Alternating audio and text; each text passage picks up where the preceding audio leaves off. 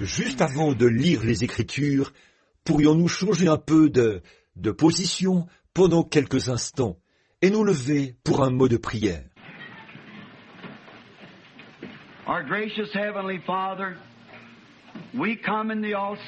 Notre bienveillant Père Céleste, nous venons au nom entièrement suffisant du Seigneur Jésus, sachant qu'un jour tu viendras, et nous essayons de préparer le cœur des gens à recevoir cette grande révélation que tu es le Fils de Dieu qui est vivant.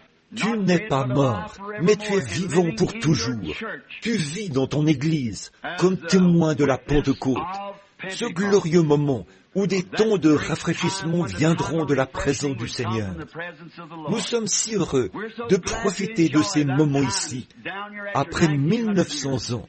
Et Père, nous courbons humblement la tête en guise de respect pour ces grands hommes tout au long des âges, ces étoiles que tu as tenues dans ta main et dont tu as dit qu'ils étaient les anges des âges de l'Église, des ministres. Combien nous te remercions pour le grand saint Paul d'Éphèse.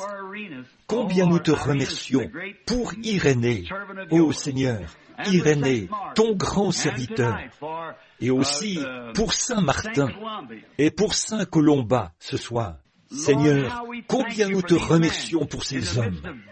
Face au romanisme ténébreux, au paganisme qui entrait dans l'Église, ils ont vaillamment pris position pour le message et la bénédiction de la Pentecôte.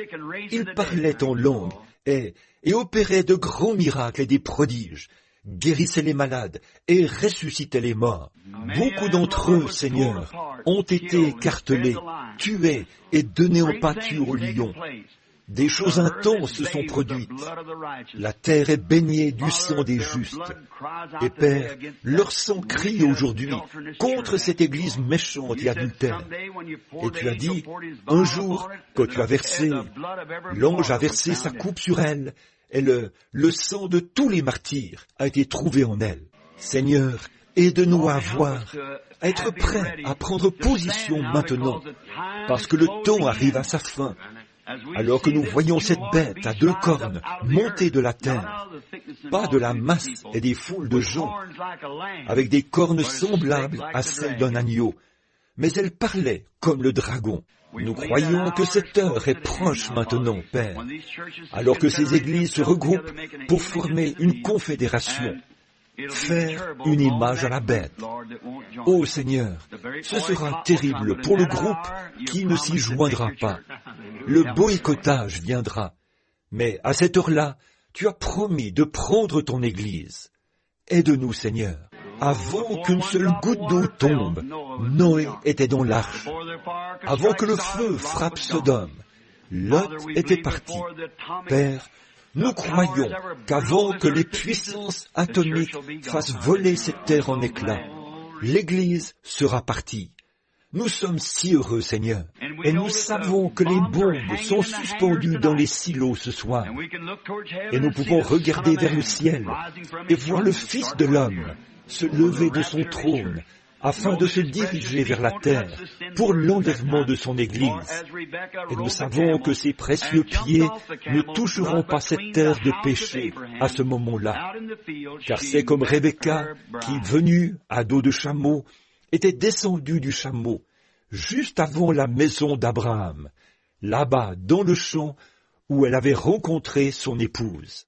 Ô Dieu, et l'Église rencontrera notre épouse dans les airs, car nous les vivants qui serons restés, nous ne devancerons pas ou ne ferons pas obstacle à ceux qui sont morts.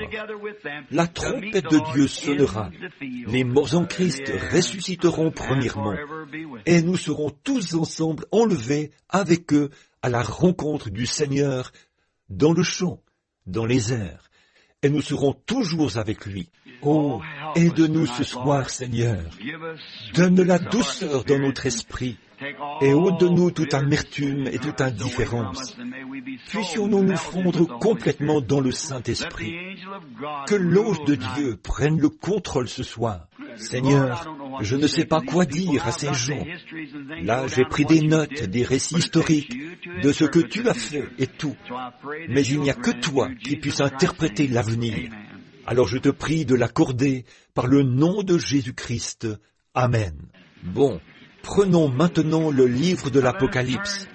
Et ce soir, nous sommes à l'âge de l'Église le 4e âge de l'Église, Thyatire, un grand âge de l'Église